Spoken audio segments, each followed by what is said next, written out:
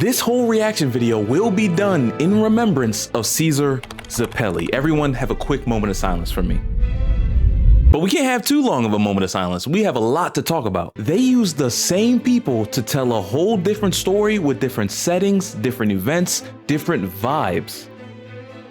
Caesar turned from a dislikable playboy to my favorite character in the whole show so far. But I'm never getting attached to a Zappelli ever again because their whole purpose is to lay down their life for the Jojos, and my heart can't take this no more. Lisa and Joseph mourning Caesar's death is a top 5 scene in anime, period. And there's a lot to be said about the Pillarmen in part 2, but I'll deal with them shortly. And by the way, I wanted to ask y'all, is it normal to have a favorite Joestar? Because they're 2 for 2 so far. Bring the beat life like Giorno. Young game star flip the kill switch. Jojo, pose, pose, pose. Jojo, pose, pose, pose. Jojo, pose, pose, pose. Jojo, pose, pose. Hey, what's up everybody? Welcome to the Bread Show, a place where we give our anime and gaming opinions while doing a little bit of animated and gaming ourselves, for real now. And it's been a few weeks since I started watching JoJo's Bizarre Adventure. I don't know how I've gone so long without watching this show. I mean, it's a masterclass on drama. And I've heard a lot of hype for part 3, 4, 5, and 6. But I don't hear as much hype for parts 1 and 2, and they've been great so far, like actually masterful. So safe to say this will be a crazy ride. Please join me on it. Hopefully by the end of this video, I can convince you to hit that like button, and I can convince you to hit that subscribe button to join the Bread Show. And with that being said, let's get straight into JoJo's Part 2, starring Joseph Joestar. But let's start with Caesar. It'd be a shame if I started this whole reaction rant thing with anyone but Caesar. He started out as this blonde-haired, unlikable natural talent opposite of Jojo. And you remember how the last one went, right? And somewhere in between the middle of the training arc and a moment before slapping Jojo across the face, he kind of faded into the background of the story. A side piece. A Krillin, if it's not blasphemous to say that. I wouldn't say this story is exactly told through the eyes of Joseph, but the writing found a convincing and shocking way for us to realize Caesar's convictions at the same time Joseph did. Both Caesar and Joseph are opposites of their own grandparents for the same reason: resentment of how Zappelli died. Caesar's place in the story was meant to play with your emotions from the start. Zappelli's death is still bitter in our minds and hearts. It was only like 8 episodes ago. But in your mind, when you see Caesar, you're glad a Zappelli is back to do what he said he was gonna do and avenge his grandfather's death. But then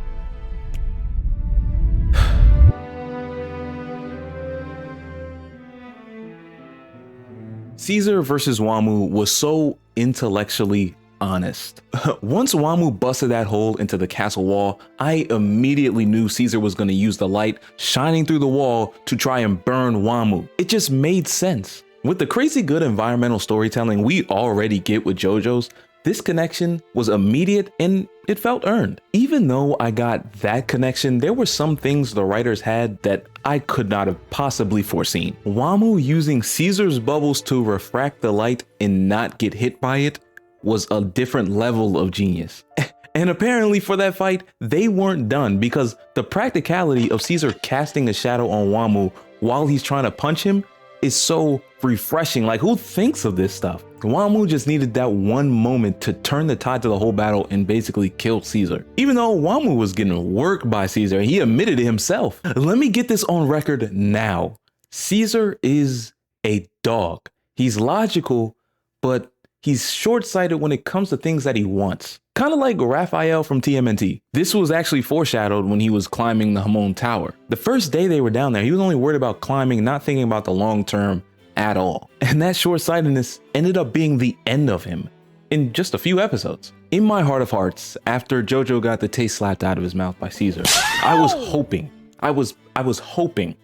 that Caesar would live after storming into the lair, basically. But that was just the part of me that was childish, wishful thinking. Caesar's death scene and the following realization by Jojo and Lisa, I'm putting it in the nomination for top anime scenes of all time. That's just a top scene regardless of the medium. JoJo's Bizarre Adventure already has a theatrical way of delivering things. But this was truly cinema. Jojo wailing into the air. Lisa lost her longtime and most faithful student, and then retroactively the scene gets a little bit better after you realize that Lisa is Jojo's mom and she was hearing her son cry like that. And then the episode just ends, fades to black. The shape of the stone that crushed him was in the shape of a cross, and then a pool of blood just oozes out from the bottom, and everybody knows what's already happened. And then the episode just fades to black with everybody crying and mourning. Only emotions can describe what you saw in this scene. That's why Lisa didn't have to say a word to be understood. Jojo telling Lisa that she put her cigarette in the wrong way after questioning why she wasn't feeling the same things he was feeling was top tier cinema. Without over explaining, and that's important, without explaining at all really, Joseph and the audience found out at the same time how Lisa felt. She was stressed. And Joseph telling his biological mother that you flipped the cigarette the wrong way became one of the most impactful lines of this whole part. When out of the context of this situation, it has no weight. The 180 I did on CEASAR, the 180 this show did on CEASAR, needs to be studied. Shout out to CEASAR and all the CEASAR fans out there. But yeah, the reason why I say JoJo's is using the same characters to tell a whole different story is because a lot of these characters are literally the same characters. This is the same Speedwagon from part 1. Part 1, he was a criminal turned aide to the hero. Now he's turned into a businessman who's probably the wisest person outside of Granny Erna. Speedwagon forever has a responsibility of narrating the fight scenes. He just lives in that role now. And JoJo's kind of threw us for a loop in the beginning of part 2 thinking that Speedwagon was gonna die. I wanted Speedwagon to live forever, but considering the mortality rate in the show, I knew that death was kind of looming over him and I didn't want him to go out like that. People really be dying on the show, so you can't get mad at me for jumping on the pump fake. But in a weird and ironic way, his fake death hit harder than his real actual off-screen death. Another returning character from part 1 to part 2 is Strizo. Strizo's part 2 intro is proof on why you need to learn every character's name in this anime specifically. If they show up in the story, remember their name. JoJo's Bizarre Adventure makes every fight feel like a moment, and that's no different with the first fight in part 2. I just met Joseph. I just met Strizo not even a few episodes earlier than I just met Joseph. But the camera angles, the line delivery, and the colors made it feel like a Goku versus Vegeta beef. And this and a lot of things with JoJo's part 1 and part 2, with the reveals that come at the end of part 2, it retroactively makes things better that Jojo was fighting his adoptive grandfather. When I was first watching this fight, I didn't hate Strizo like I hated Dio, but even in the beginning, I felt and knew that that was purposeful. I knew that they were setting up something greater. Dio, after the first episode, yeah, it's understood. You're supposed to hate him. You understood Dio was gonna be the longtime rival of Jonathan. Strizo, even though he was first, I knew he wasn't gonna be the last, but we'll get to the last later on. The last character that I have to touch on, obviously, of course, you're probably asking why I haven't mentioned him earlier, but it's Joseph. For what Jonathan lacks in personality, Joseph has an infinite reserve of. But to be honest, if I can say this, I wasn't really feeling Joseph at first. I felt like they were trying to replace Jonathan with somebody more Goku-like. I mean, like, even look at his hair. I understood that Joseph was intended to be more flawed and that would make him more of a fan favorite. And those same flaws Joseph had would make him more relatable than Jonathan. But going into part 2, before seeing anything it had to offer, there were some things that I loved about Jonathan that I touched on in my part 1 video. He was getting hoed left and right by Dio and in turn his own father, and let none of that turn him into a despicable villain like Dio. And honestly, he had more of an excuse to turn into a despicable villain like Dio did. Most importantly, the through line about Jonathan is that he did not let the world around him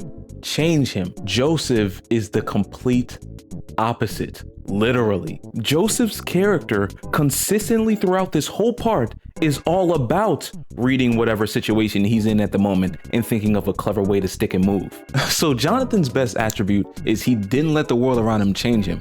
Joseph's best attribute is he changes with the world around him, which, even though that's the opposite of Jonathan, it's still just as morally admirable that you're malleable instead of being a immovable beacon of hope. Joseph hates hard work, unlike Jonathan. But because he hated hard work, he was able to think of clever ways to make shortcuts all the time. Again, that's a callback to climbing the Hamon Tower. He tried one shortcut, it ended up going bad for him and CEASAR, and he decided to go the roundabout way, the harder way, because it was easier for him in that moment. But at the start of this, before I actually ended up liking Joseph, I wanted to keep my mind open because I didn't want Jonathan to color my thoughts on Joseph, because I knew that the creators of the show or the manga didn't want me to do that. And to be honest with you, I'm really glad I did that, because Joseph's combat awareness and intelligence was enough to almost carry the whole show. Joseph has so many secret folds into his character that you wouldn't get if you just skimmed over it topically. His personality makes it hard for him not to be your favorite Joestar, and I'll get into that just in a second. Joseph, on site, was talking to Strizo, pulled a Tommy gun out his back pocket and lit the whole place up. My brother stepped into America and invested in an assault rifle immediately, out of nowhere after enjoying dinner, was hilarious. Part 2 of Jojo honestly had me dying laughing at my TV screen, and that's hard to do when I'm watching a subbed anime. I'm too busy reading. And that was just off the intros. Him trying to escape from Wamu and playing dead every time Wamu turned around was hilarious. And it goes along with the theme of his whole character that he was like 75% successful playing dead and running away. But one thing we can't skip over when talking about Joseph, we absolutely cannot skip over, and it's very easy to skip over this. Joseph is surprisingly existentially aware, light years beyond even his own grandfather. And it only seems to grow throughout part 2. I'm gonna go throughout the list of every time Jonathan's existential awareness shows up. And it first shows up in the first couple episodes. When Strizo first confronted Joseph with that ultimatum of saving the random girl in the fight or continuing the fight, I really did not know what Joseph was gonna choose, mainly because I didn't know who Joseph was, and I was just figuring out who Joseph was.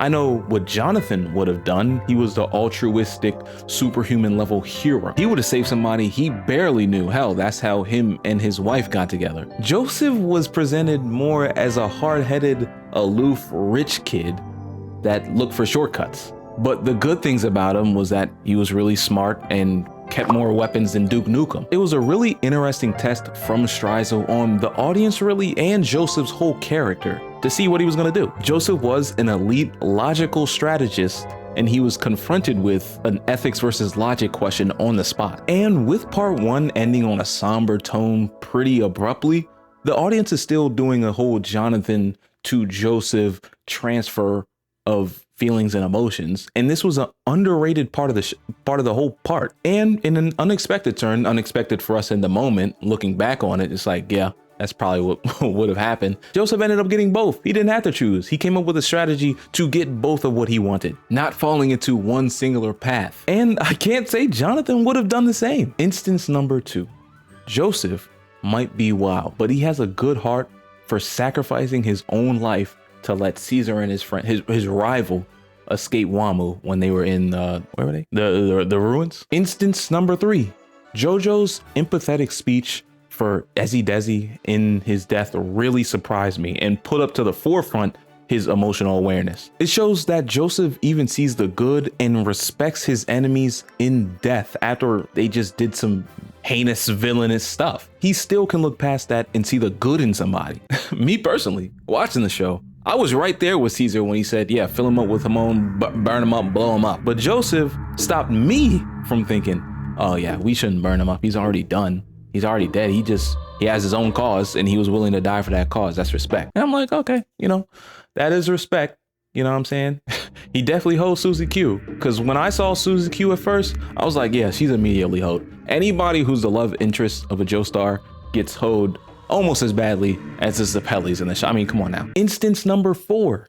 Jojo's sentiment shows with Wamu in his final moments, and Wamu was arguably his greatest rival, his greatest enemy, and Joseph grants Wamu the same respect Wamu granted to CEASAR, his actual friend, in his final moments. In a show where seemingly half of the main cast dies every season, Having a main character that can pull out this philosophical and aware emotional side is a real flex to have, an underrated flex to have. But that's one half of this video. I'm not going to talk about Erina too much because she really starred in part 1. She didn't really do much in part 2. The other half of this video will be about JoJo Part 2's story and its villains. JoJo Bizarre Adventures Part 2's premise of the younger generation getting compared to the seemingly perfect older generation is a really relatable tone, especially for today. I like to get really deep into these reaction rant videos so I can really analyze the characters and the story, especially the villains, because I feel like they give the heroes meaning half the time. And when I'm analyzing the series, I watch it and then I have my phone out on the note app and then I watch something and I pause it and then I write down my notes. JoJo's Bizarre Adventure is so dense that I'm pausing like every minute or so to track something down and put it in my notes for the videos. Part 2 of the JoJo's Bizarre Adventures manga debuted in 1987 as well, just like part 1 did. But that same 80s anime feel weirdly doesn't resonate with part 2 as it was abundant in part 1, and I brought that up in my part 1 video. There isn't a singular larger than life villain. There wasn't an ultimately powerful altruistic hero. The ending, the climax, was more situational than it was story driven. JoJo's Bizarre Adventure Part 2 felt like a 90s anime, in fact. Yu Yu Hakusho had a lot of these same story beats in the Chapter Black arc and the Three Kings arc. I won't include the Spirit Detective arc because Togashi was literally just starting out, so I kind of skipped over that. And in the Dark Tournament, there was a big bad villain who was the elder Tagoro brother. But there were so many villains in this part, I was never really sure while I was watching it who was the biggest bad. And I told y'all before, I watched Strizo and I knew he wasn't it, but then there was Strizo, there was Wamu, there was Ezidezi, Cars, there was Stroheim, question mark. Out of all those people, Wamu seemed like he was a top dog, but he was kneeling to Cars. JoJo's Bizarre Adventure is great at larger than life villains, and trust me, the Pillar Men seemed OP when we first saw them. But the fact that there were 3 of them, and all 3 of them were legit individual characters, meant that not one of them had a chance at standing as tall as Dio did, literally or figuratively. Don't get me wrong, one of them definitely had aura and maintained it throughout the entire season. But Cars was amoral and unprincipled, and Ezidezi was a cheater. Wamu at least had the honor of dying by the same words he lived by. But the way I see Cars and Ezidezi is the way I see like real life villains or criminals, you know, thieves, and that's less flattering to me. Liars, cheaters. If Wamu was already stomping out Joseph, who was in the middle of running away and only spared his life because of a gentleman agreement, why did Ezidezi feel the need to put that ring around his neck? I actually don't know the question to that. I was looking at Ezidezi, I was like, who are you? You haven't even introduced yourself individually yet. At least Ezidezi had somewhat of a moment of redemption because of the words Joseph gave him after he beat them. He sacrificed his own life for the sake of his people, which is respectable from his side of the story. But Cars was shameless. He was only focused on one goal, that's it. Cars had henchmen doing his dirty work, only worked in sneak attacks, and was scared to run ones with Lisa, and then scared to run ones with Joseph, and then tried to cheat to ensure that Joseph lost to Wamu after they already agreed to having a fair match. As a matter of fact, yeah, after agreeing to having a fair match, every match after that agreement wasn't fair because of Cars. When Wamu slapped Cars in the mouth and didn't do anything, I should have known everything I needed to know in that moment. He probably didn't do anything because he knew he couldn't beat Wamu. JoJo's Bizarre Adventure fights have been spectacular and honor-filled up to this point. And Cars is using snake tactics to win in a world that really kills off his characters. It's a shame that Cars and CEASAR even share the same part. They're literal opposites. Joseph and every other Joestar gets their own version of Cap. They get their own version of plot armor, but it kind of balances out because the villains also get plot armor in the show. Wamu's wind covers his body so he can walk out into the sun.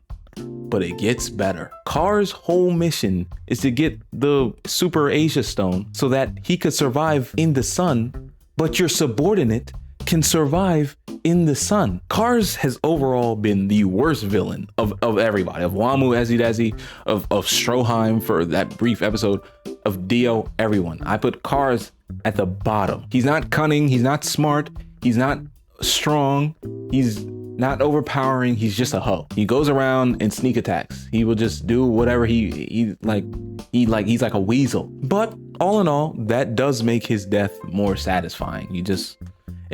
Because it's actually horrible.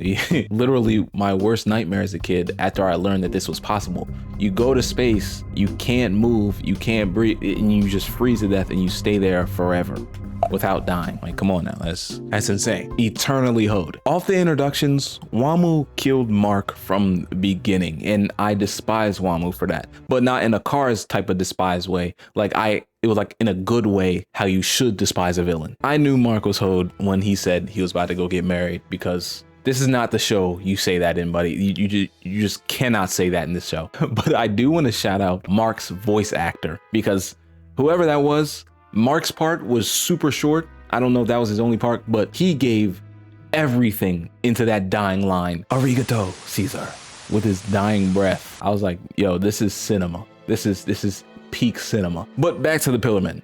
I could tell off of introduction of Wamu, Ezidezi, and Cars that Jojo and CEASAR, as they were, could not beat them. I didn't think that Lisa could beat them. I didn't think anybody could beat them. And that was before Jojo and CEASAR even fought them. The sense of dread I felt to see Wamu introduced was amazing. In the beginning, before we knew anything, Wamu was toying with the German soldiers' lives like it was nothing. I knew he was better than Joseph, but you call Ezidezi and Cars your master? Yeah, there's no way anybody could beat them. Wamu was like a moral villain, so much so that I thought he thought too highly of himself. But really, no, that's just the code of conduct he lives by. He let Joseph power up 2 different times. One time after he got bodied by CEASAR, who arguably Joseph was better than in that moment. But nah, it's not that he thinks too highly of himself. That's just a standard he has for himself. He's just a real one. But I do want to start a JoJo's Bizarre Adventure quote board, and with my first quote on this quote board is actually from Wamu himself. I wrote it down. Foolishly, I relied on my eyes because I could see. Jojo exploited my weakness. Yeah, roll out the quote board. Aside from the villains, another important thing for this part is that Hamon got a necessary upgrade. Let me go turn on the light real quick. I spent all afternoon talking about JoJo's. This is tough. But yeah, Hamon got a needed upgrade during this part. It feels less spammy and more like inventive. And I think that's in large part to Joseph's character. It was used in a strategic way rather than like an overpowering way. They start leaning into the whole liquids conduct Hamon better than, solids do. And I'm pretty sure in part 1, Jojo infused a sword with Hamon. So like, Joseph was using vegetable. He just had it on him to put on whatever he was using it more of a strategic way. And by the way, after hearing that vegetable oil conducts Hamon, after hearing that and seeing Ezidezi break down crying in hysterics in the middle of a fight for no reason, like I just knew that the weirdness like kind of turned up in between part 1 and part 2 somewhere. I don't know where, probably with the introduction of Joseph. I thought the fact that Ezidezi broke down into tears for a little bit like was going to be used as a major plot point, maybe to destroy him or whatever. Nah, it was just comedic relief in the middle of the show. That was hilarious. But back to the Hamon. Lisa was obviously harder on Joseph. Now we know why. But when she was being harder on Joseph than she was being with CEASAR, it felt like Joseph got a very earned power up. It makes Joseph feel like he earned his power up more than Jonathan earned his. The only thing I will say about the Hamon power system is that power scaling is nearly impossible. And maybe for a show with as high of a mortality rate as this one, that's a good thing. And maybe it was just purposeful that power scaling was supposed to be, up in the air. And the moment where power scaling was the most fuzzy for me was watching Cars versus Stroheim. I knew that Log's brother was the weakest because Log's brother was there. You might, forgot, but he was there. So I knew Log's brother was the weakest, and I knew Stroheim should be the second weakest, even with his power up. It was just, a good matchup for him to fight Cars, who was usually fighting Hamon users. But beyond that, I had no clue the power scaling and why Jojo and Caesar and Lisa never jumped in until it was too late, and then they literally had to jump into a ravine. And don't even ask me what their power scaling is compared to Jonathan and Dio from part 1, because I have no clue. And shout out to Stroheim.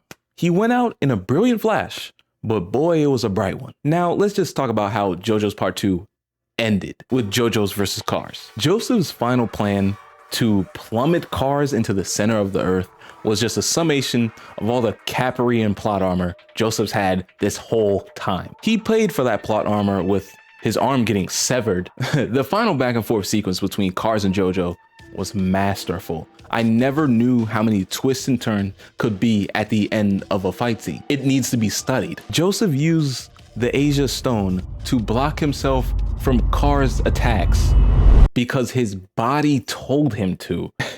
And that's not it, because Mother Earth's eruption erupted everybody in the air, but erupted his severed arm in a way that lodged itself in the Cars' throat, or not even really killing him, just launching him into space. It is unabashed Cap. It is shameless Cap. But what it also is theater, and the best a man can get. And when watching this show, I've noticed that's all I have to care about. JoJo's makes you feel all the feelings. This part, I've said it before, I'll say it again, as hilarious as it was dramatic. There was a scene when the Germans were monitoring Santa Viento, who we didn't even cover this video and list him as a villain because that's how small his part was. But there was a scene where they were monitoring Santa Viento, and Stroheim slapped coffee out of somebody's hand and said that this was no time for refreshments. Bro, I was crying at that. And then the bit, which wasn't really a bit, but was kind of a bit, of Santa Viento hiding in the HVAC system, that was hilarious. That part had me rolling. But yeah, I'm really liking JoJo's. I'm really liking the fact that there will be a new JoJo and they kind of get reincarnated, but it's kind of the story of the family. I wonder why I like JoJo's Bizarre Adventure, but I didn't really care too much for To Be Hero X, because that also told a story where the protagonist changes and everything, but those were drastic changes, and I just wasn't feeling it. Maybe it was the CGI, I don't know. Part 2 surprised me. I came into it expecting more Jonathan, but I left with Joseph, Caesar, and one of my favorite anime arcs I've ever seen. But everybody keeps telling me that this wasn't the main course. Part 3 is the part where JoJo's Bizarre Adventure stops easing you in, where the rules are set, where the show fully commits to being JoJo. I don't know what I'm walking into. I just know that if JoJo's was this good before the switch up, then whatever's coming next is about to blow my mind or humble me completely. Either way, I'll see you with a part 3. Man, this video was fun, and honestly, this show is fun. I like to keep these videos fun because the show is fun. Part 2 especially. And like I said, these next few parts is what I hear the most about. So I'm interested in researching them, watching them, but let's get on with it. It is getting dark outside and I have to edit this. As I said last week, yes, I became an RDC editor. I'm super excited to do that. I've been editing videos for them. I've edited way more than since the time of that recording, but I've also edited more gaming videos for the gaming channel. I have more horror videos, more group videos. I played Mugenics, which is a solo video. I'm doing all types of videos there, man. It's just I streamed more. We did Outlast Trials. We're doing RV there yet. We did WAP. I almost called it WAP. Yap Yap. We did Yap Yap. But yeah, the bread show's kicking into overdrive in 2026, and hopefully 2026 is a great year for the channel. I feel great about it. Honestly, I love what I'm doing. I love what I'm doing, and I love what I'm working on. So hopefully by this time I convince you to hit that like button, hit that subscribe button, check out the second main channel. Check out this channel, check out the Twitch. If you like One Piece, I have a whole One Piece series for y'all.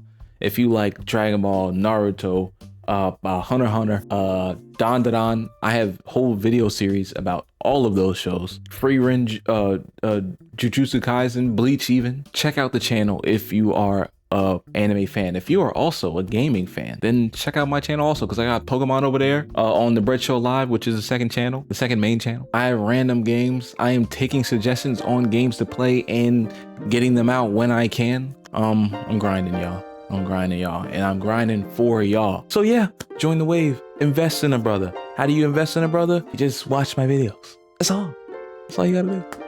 Well, spread love, give inspiration in all you do, and peace out. Welcome to the Crash Show. Take 2.